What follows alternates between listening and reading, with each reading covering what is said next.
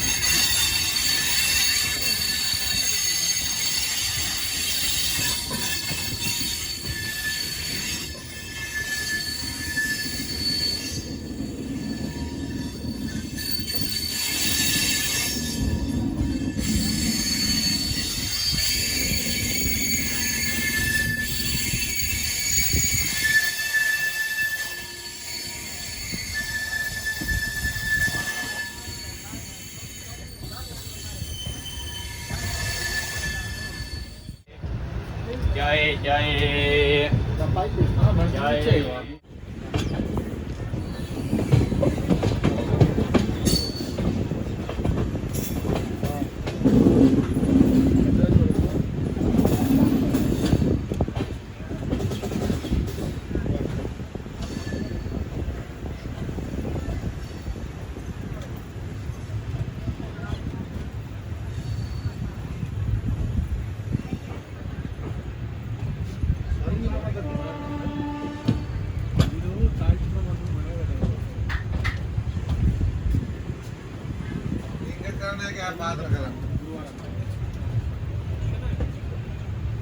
గురువారం రమ్మన్నారు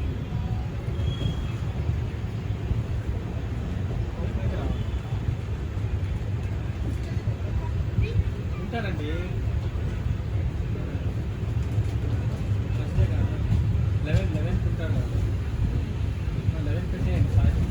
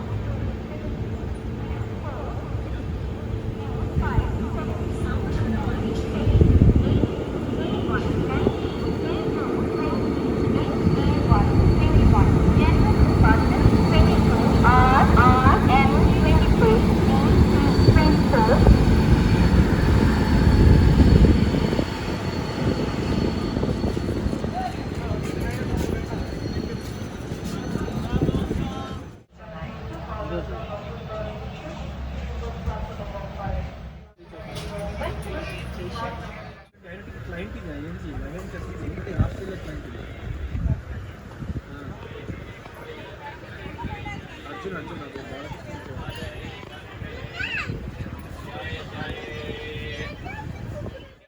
ಫೋನ್ ಇರ್ತದೆ 3 ಸೆಟ್ ಕನ್ಫರ್ಮೇಷನ್ ಓಕೆ ಅಣ್ಣ 10:30 11:30 3 ಸೆಟ್ ಕನ್ಫರ್ಮೇಷನ್ 12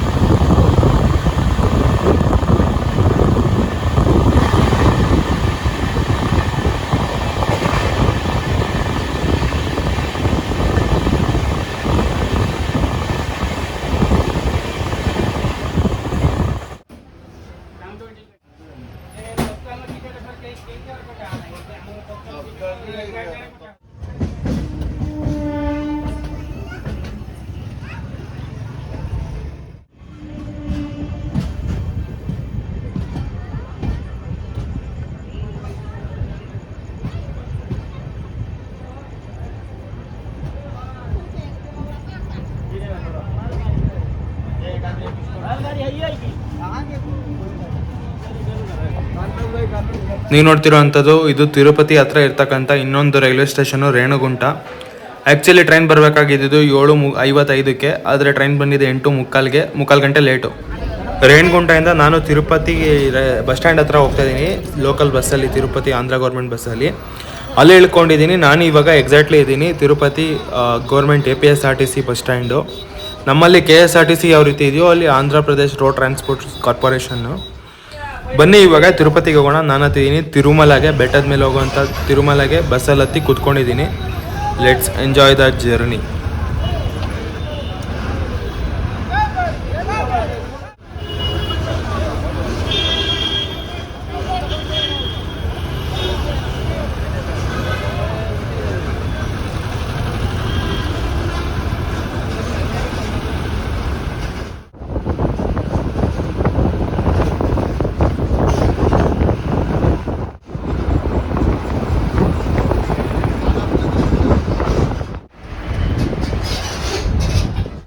ಟಿಕೆಟ್ ಪ್ರೈಸ್ ಬಂದುಬಿಟ್ಟು 90 ರೂಪಾಯಿ ಒಬ್ಬರಿಗೆ ಒಂದು ಸೈಡು.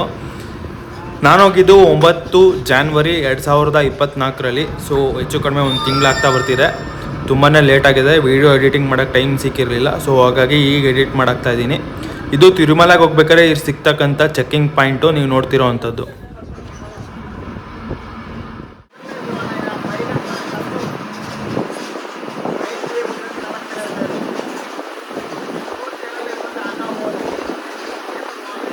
ಎಸ್, ಎಕ್ಸಾಕ್ಟ್ಲಿ ನಾನೇ ಇದ್ದೀನಿ ಇವಾಗ ತಿರುಮಲದಲ್ಲಿ. ಬಸ್ ರೀಚು ಆದಾಗ 10 ಗಂಟೆ 10 ಕಾಲೇನೋ ಆಗಿತ್ತು. ಅದಾದಮೇಲೆ ದರ್ಶನಕ್ಕೆ ಹೋದೆ. ದರ್ಶನ ಮುಗಿಸ್ಕೊಂಡು ಹೊರಗಡೆ ಬಂದಾಗ 12:30 ಏನೋ ಆಗಿತ್ತು. ಅಂದರೆ 10ನೇ ತಾರೀಕು ಬೆಳಗಿನ ಜಾವ 12:30 1 ಗಂಟೆ. ಸೊ ಬನ್ನಿ ನೋಡ್ತಾ ಹೋಗೋಣ ಮೇಲ್ಗಡೆ ಏನೇನಿದೆ ಒಂದೊಂದಾಗಿ ಅಂತ.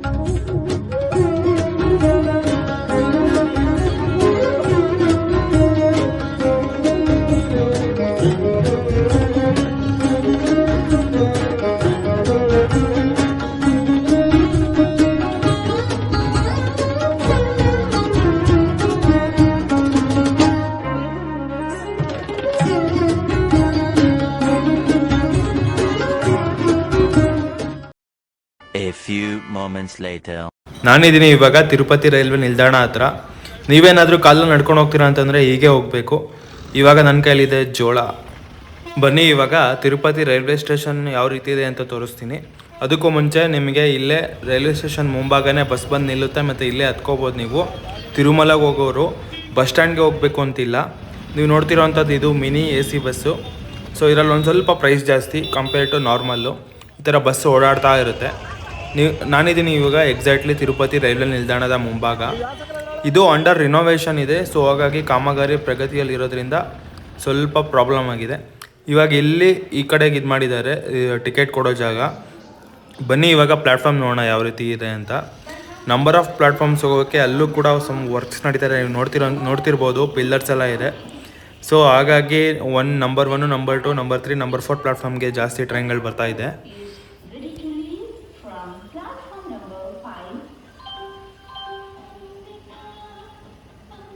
ನಾನು ತಿರುಪತಿ ರೈಲ್ವೆ ಸ್ಟೇಷನ್ ರೀಚ್ ಆದಾಗ ಅರೌಂಡ್ 3 o'clock 3:45 ಏನೋ ಆಗಿತ್ತು. ಇನ್ನು ನನ್ನ ಟ್ರೈನಿಗೆ ಬೇಜಾನ್ ಟೈಮ್ ಇತ್ತು. ಸೊ ಹಾಗಾಗಿ ಇಲ್ಲೇ ಒಂದು ಸ್ವಲ್ಪ ಟೈಮ್ ಸ್ಪೆಂಡ್ ಮಾಡ್ತಾ ಇದ್ದೆ. ಸ್ವಲ್ಪ ಸಮಯದ ನಂತರ ನಾನು ಒಂದು ಸ್ವಲ್ಪ ಊಟ ಗೀಟ ಎಲ್ಲ ಮಾಡಿಕೊಂಡು ಬಂದೆ. ಟೈಮ್ ಆಗಿತ್ತು. ನಮ್ಮ ಟ್ರೈನ್ ಹೊರಡೋದು 9:55ಕ್ಕೆ ತಿರುಪತಿಯಿಂದ ಮೈಸೂರಿಗೆ. ಸೊ ನಮ್ಮ ಟ್ರೈನ್ ಹೊರಟು ನಾನು ಮಾರ್ನಿಂಗು ಬೆಳಗ್ಗೆ ರೀಚ್ ಆದಾಗ 7 ಗಂಟೆ ಏನೋ ಆಗಿತ್ತು ಅರೌಂಡು. ನಾನಿದ್ದೀನಿ ಮೈಸೂರಲ್ಲಿ. ನಿಮಗೆ ವಿಡಿಯೋ ಇಷ್ಟ ಆಗಿದೆ ಅನ್ಕೋತೀನಿ. ಇಷ್ಟ ಆಗಿದ್ರೆ ಲೈಕು, ಶೇರು, ಸಬ್ಸ್ಕ್ರೈಬ್ ಮಾಡೋದನ್ನು ಮರಿಬೇಡಿ.